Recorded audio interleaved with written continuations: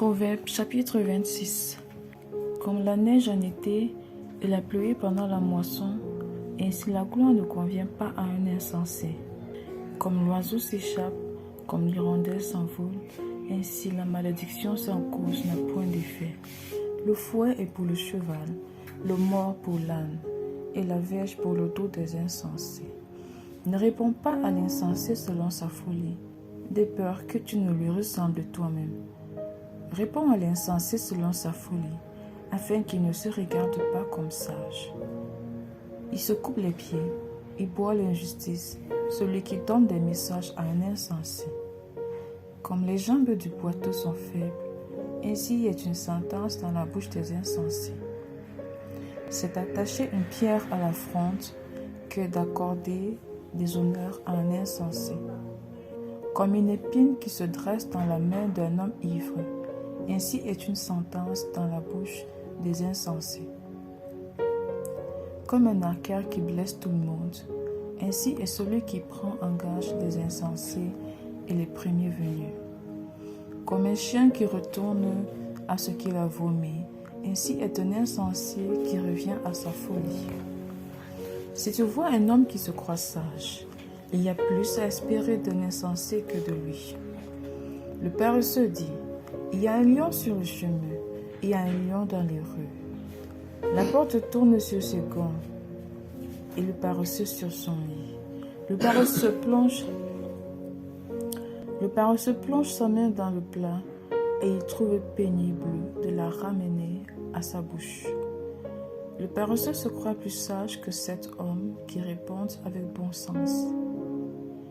Comme celui qui saisit un chien par les oreilles, ainsi est un passant qui s'irrite pour une querelle où il n'a que faire. Comme un furieux qui lance des flammes, des flèches et la mort, ainsi est un homme qui trompe son prochain et qui dit: n'était-ce pas pour plaisanter? Faute de bois, le feu s'éteint, et quand il n'a point de rapporteur, la querelle s'apaise. Le charbon produit un brasier et le bois du feu. Ainsi, un homme querelleur échauffe une dispute. Les paroles du rapporteur sont comme des friandises. Elles descendent jusqu'au fond des entrailles, comme des scories d'argent appliquées à un vase de terre. Ainsi sont des lèvres brûlantes et un cœur mauvais. Par ses lèvres, celui qui hait se déguise. Il met au-dedans de lui la tromperie. Lorsqu'il prend une voix douce, ne le crois pas, car il y a 7 abominations dans son cœur. S'il cache sa haine sous la dissimulation, sa méchanceté se révélera dans l'assemblée. Celui qui creuse une fosse y tombe, et la pierre revient sur celui qui la roule.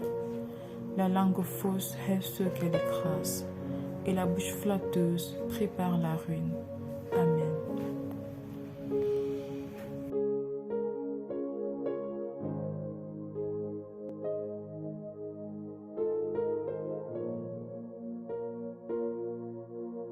Évangile de Jésus-Christ selon Jean, chapitre 10. En vérité, je vous le dis, celui qui n'entre pas par la porte dans la bergerie, mais qui y monte par ailleurs, est un voleur et un brigand. Mais celui qui entre par la porte est le berger des brebis.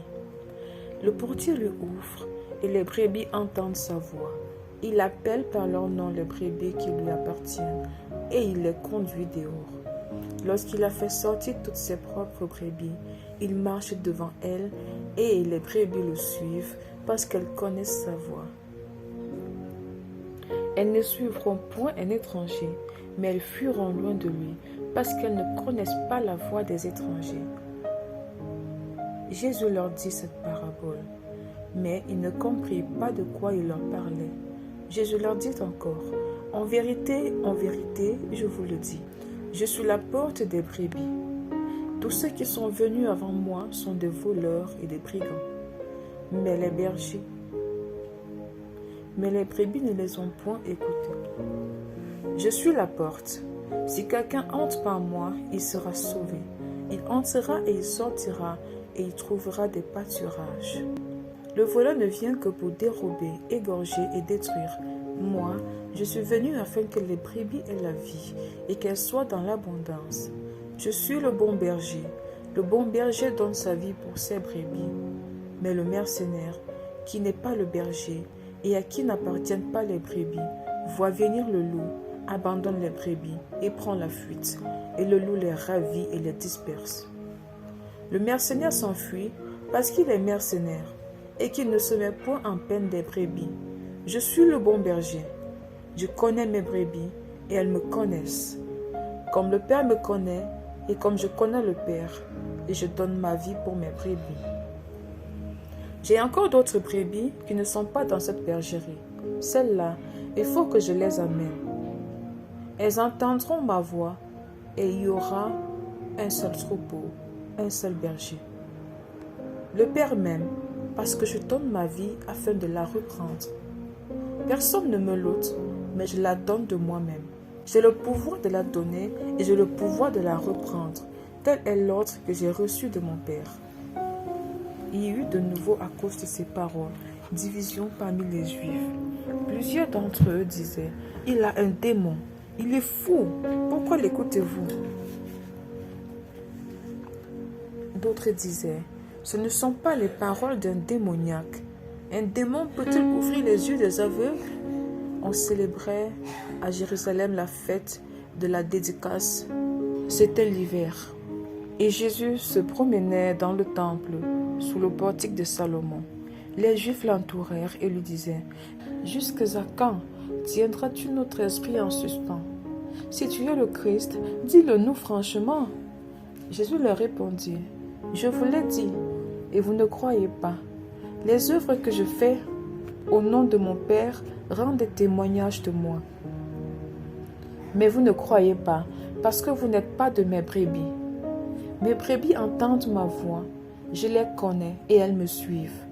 Je leur donne la vie éternelle et elles ne périront jamais et personne ne les ravira de ma main. Mon Père qui me les a donnés est plus grand que tous et personne ne peut les ravir de la main de mon Père. Moi et le Père, nous sommes un. » Alors les Juifs prirent de nouveau des pierres pour le lapider. Jésus leur dit, « Je vous ai fait voir plusieurs bonnes œuvres venant de mon Père. Pour lesquelles me lapidez-vous » Les Juifs lui répondirent, « Ce n'est point pour une bonne œuvre que nous te lapidons, mais pour un blasphème, et parce que toi, qui es un homme, tu te fais Dieu. » Jésus leur répondit, « N'est-il pas écrit dans votre loi, j'ai dit, vous êtes des dieux ?» Si elle a appelé Dieu ceux à qui la parole de Dieu a été adressée, et si l'écriture ne peut être anéantie, celui que le Père a sanctifié et envoyé dans le monde, vous lui dites, tu blasphèmes. Et cela parce que j'ai dit, je suis le Fils de Dieu. Si je ne fais pas les œuvres de mon Père, ne me croyez pas. Mais si je les fais, quand même vous ne me croyez point, croyez à ces œuvres, afin que vous sachiez et reconnaissiez que le Père est en moi et que je suis dans le Père. Là-dessus, ils cherchaient encore à le saisir, mais il s'échappa de leurs mains. Jésus s'en alla de nouveau au-delà du Jourdain, dans le lieu où Jean avait d'abord baptisé, et il y demeura. Beaucoup de gens vinrent à lui et lui dirent, « Jean n'a fait aucun miracle, mais tout ce que Jean a dit de cet homme était vrai. » Et dans ce lieu-là, plusieurs crurent en lui.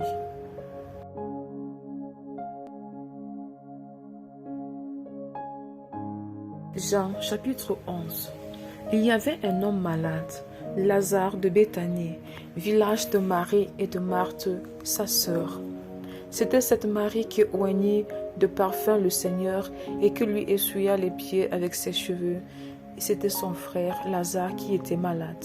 Les sœurs envoyèrent dire à Jésus, « Seigneur, voici, celui que tu aimes est malade. » Après avoir entendu cela, Jésus dit, « Cette maladie n'est point à la mort, mais elle est pour la gloire de Dieu, afin que le Fils de Dieu soit glorifié par elle. » Or, Jésus aimait Marthe et sa sœur et Lazare. Lors donc qu'il eut appris que Lazare était malade, il resta 2 jours encore dans le lieu où il était. Et il dit ensuite aux disciples, « Retournons en Judée. » Les disciples lui dirent, « Rabbi, les Juifs tout récemment cherchaient à te lapider, et tu retournes en Judée. » Jésus répondit, « N'y a-t-il pas 12 heures au jour? Si quelqu'un marche pendant le jour, il ne bronche point, parce qu'il voit la lumière de ce monde. Mais si quelqu'un marche pendant la nuit, il bronche, parce que la lumière n'est pas en lui. » Après ces paroles, il leur dit, « Lazare, notre ami, dort, mais je vais le réveiller. » Les disciples lui dirent, « Seigneur, s'il dort, il sera guéri. » Jésus avait parlé de sa mort, mais ils crurent qu'il parlait de l'assoupissement du sommeil. Alors Jésus leur dit ouvertement, « Lazare est mort, et à cause de vous, afin que vous croyiez, je me réjouis de ce que je n'étais pas là.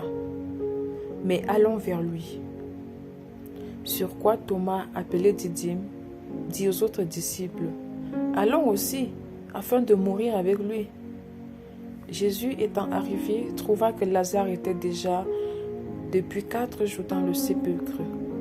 Et comme Béthanie était près de Jérusalem, à 15 stades environ, beaucoup de Juifs étaient venus vers Marthe et Marie pour les consoler de la mort de leur frère. Lorsque Marthe apprit que Jésus arrivait, elle alla au-devant de lui, tandis que Marie se tenait assise à la maison. Marthe dit à Jésus, « Seigneur, si tu eusses été ici, mon frère ne serait pas mort.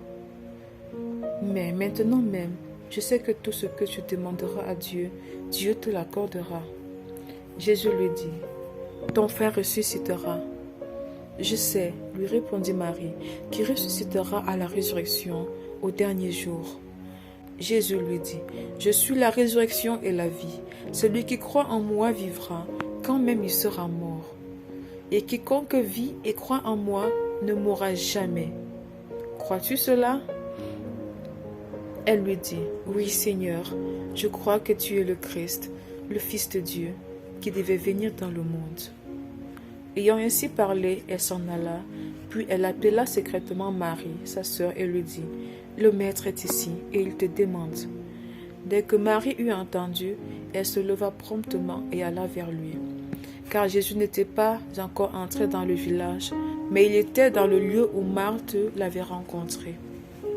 Les Juifs qui étaient avec Marie dans la maison et qui la consolaient, l'ayant vue se lever promptement et sortir, le suivirent, disant, « Elle va au sépulcre pour y pleurer. » Lorsque Marie fut arrivée là où était Jésus et qu'elle le vit, elle tomba à ses pieds et lui dit, « Seigneur, si tu eusses été ici, mon frère ne serait pas mort. » Jésus, la voyant pleurer, elle et les Juifs qui étaient venus avec elle, frémit dans son esprit et fut tout ému.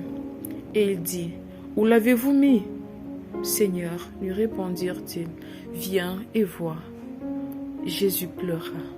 Sur quoi les Juifs dirent, voyez comme il l'aimait.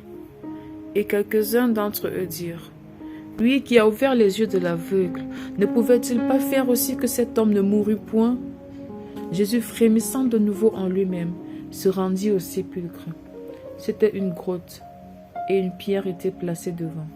Jésus dit, ôtez la pierre.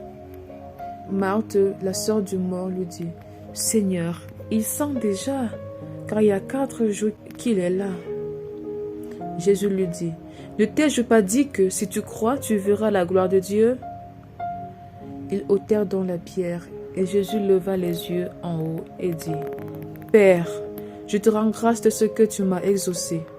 Pour moi, je savais que tu m'exauces toujours, mais j'ai parlé à cause de la foule qui m'entoure, afin qu'ils croient que c'est toi qui m'as envoyé. Ayant dit cela, il cria d'une voix forte, Lazare, sors! Et le mort sortit, les pieds et les mains liés de bandes, et le visage enveloppé d'un linge. Jésus leur dit, déliez-le et laissez-le aller. Plusieurs des Juifs qui étaient venus vers Marie et qui virent ce que fit Jésus crurent en lui, mais quelques-uns d'entre eux allèrent trouver les pharisiens et leur dirent ce que Jésus avait fait. Alors les principaux sacrificateurs et les pharisiens assemblèrent le Sanhédrin et dirent, que ferons-nous, car cet homme fait beaucoup de miracles? Si nous le laissons faire, tous croiront en lui, et les Romains viendront détruire et notre ville et notre nation. L'un d'eux, Caïphe, qui était souverain sacrificateur, cette année-là leur dit: Vous n'y entendez rien. Vous ne réfléchissez pas qu'il est dans votre intérêt qu'un seul homme meure pour le peuple et que la nation entière ne périsse pas. Or, il ne dit pas cela de lui-même, mais étant souverain sacrificateur cette année-là, il prophétisa que Jésus devait mourir pour la nation. Et ce n'était pas pour la nation seulement, c'était aussi afin de réunir en un seul corps les enfants de Dieu dispersés. Dès ce jour, ils résolurent de le faire mourir. C'est pourquoi Jésus ne se montra plus ouvertement parmi les Juifs, mais il se retira dans la contrée voisine du désert, dans une ville appelée Éphraïm, et là il demeurait avec ses disciples. La Pâque des Juifs était proche, et beaucoup de gens du pays montèrent à Jérusalem avant la Pâque pour se purifier. Ils cherchaient Jésus, et ils se disaient les uns aux autres dans le temple: Que vous ensemble, ne viendra-t-il pas à la fête? Or, les principaux sacrificateurs et les pharisiens avaient donné l'ordre que, si quelqu'un savait où il était, il le déclara, afin qu'on se saisît de lui.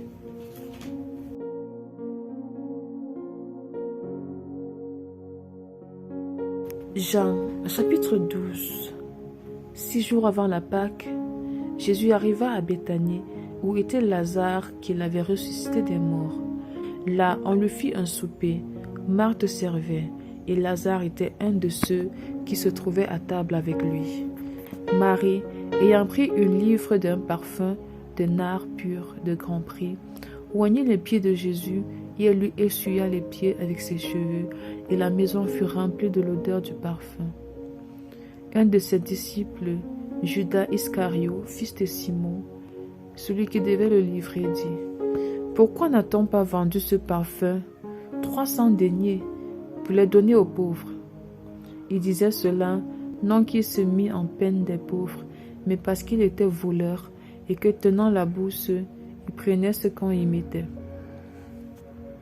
Mais Jésus dit: Laisse-la garder ce parfum pour le jour de ma sépulture. Vous avez toujours les pauvres avec vous, mais vous ne m'avez pas toujours. Une grande multitude de Juifs apprit que Jésus était à Béthanie, et ils y vinrent, non pas seulement à cause de lui, mais aussi pour voir Lazare qu'il avait ressuscité des morts. Les principaux sacrificateurs délibérèrent de faire mourir aussi Lazare, parce que beaucoup de Juifs se retiraient d'eux à cause de lui et croyaient en Jésus. Le lendemain, une foule nombreuse de gens venus à la fête, ayant entendu dire que Jésus se rendait à Jérusalem, prirent des branches de palmier et allèrent au-devant de lui, en criant: Hosanna, béni soit celui qui vient au nom du Seigneur, le roi d'Israël. Jésus trouva un ânon et s'assit dessus, selon ce qui est écrit: Ne crains point, fille de Sion, voici ton roi vient, assis sur le petit d'une ânesse. Ses disciples ne comprirent pas d'abord ces choses, mais lorsque Jésus eut été glorifié, ils se souvinrent qu'elles étaient écrites de lui et qu'il les avait été accompli à son égard. Tous ceux qui étaient avec Jésus, quand il appela Lazare du sépulcre et le ressuscita des morts, lui rendaient témoignage. Et la foule vient au-devant de lui parce qu'elle avait appris qu'il avait fait ce miracle. Les pharisiens se dirent donc les uns aux autres: Vous voyez que vous ne gagnez rien, voici le monde est allé après lui. Quelques Grecs du nombre de ceux qui étaient montés pour adorer pendant la fête s'adressèrent à Philippe de Bethsaïda en Galilée et lui dirent cette instance: Seigneur, nous voudrions voir Jésus. Philippe alla le dire à André, puis André et Philippe le dirent à Jésus. Jésus leur répondit: L'heure est venue où le Fils de l'homme doit être glorifié. En vérité, je vous le dis, si le grain de blé qui est tombé en terre ne meurt, il reste seul, mais s'il meurt, il porte beaucoup de fruits. Celui qui aime sa vie la perdra, et celui qui hait sa vie dans ce monde la conservera pour la vie éternelle. Si quelqu'un me sert, qu'ils me suivent. Et là où je suis, là aussi sera mon serviteur. Si quelqu'un me sert, le Père l'honorera. Maintenant mon âme est troublée. Et que dirais-je? Père, délivre-moi de cette heure. Mais c'est pour cela que je suis venu jusqu'à cette heure. Père, glorifie ton nom.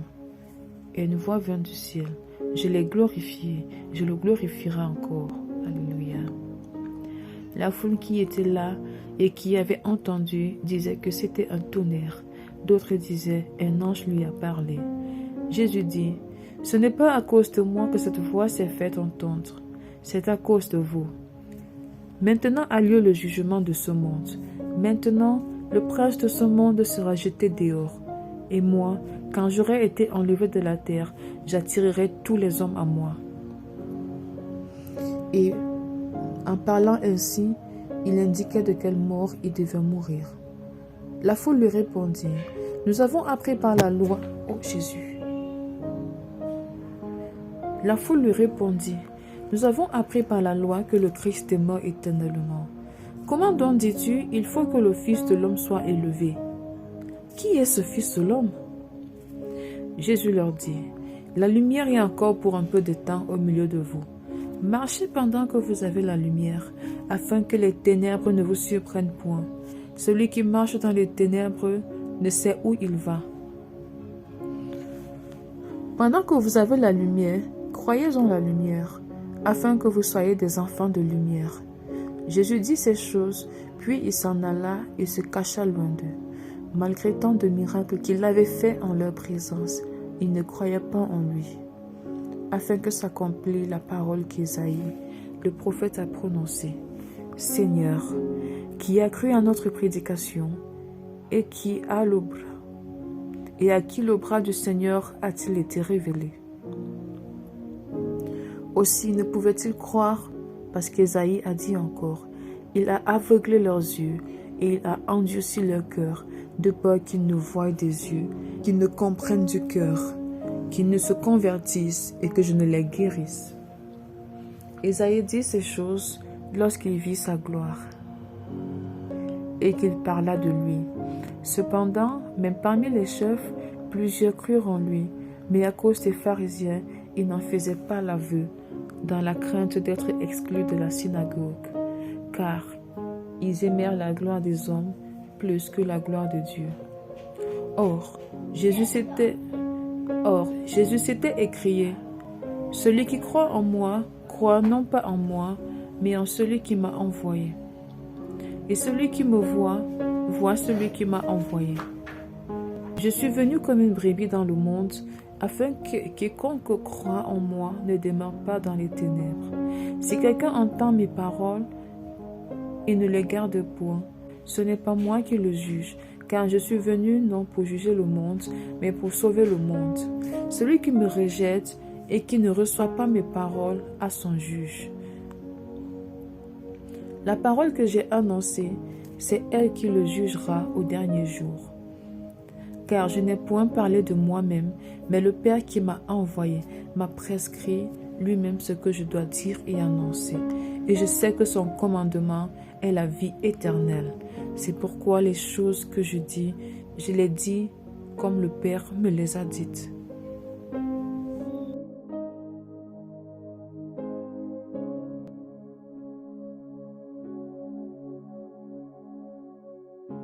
Psaume chapitre 2.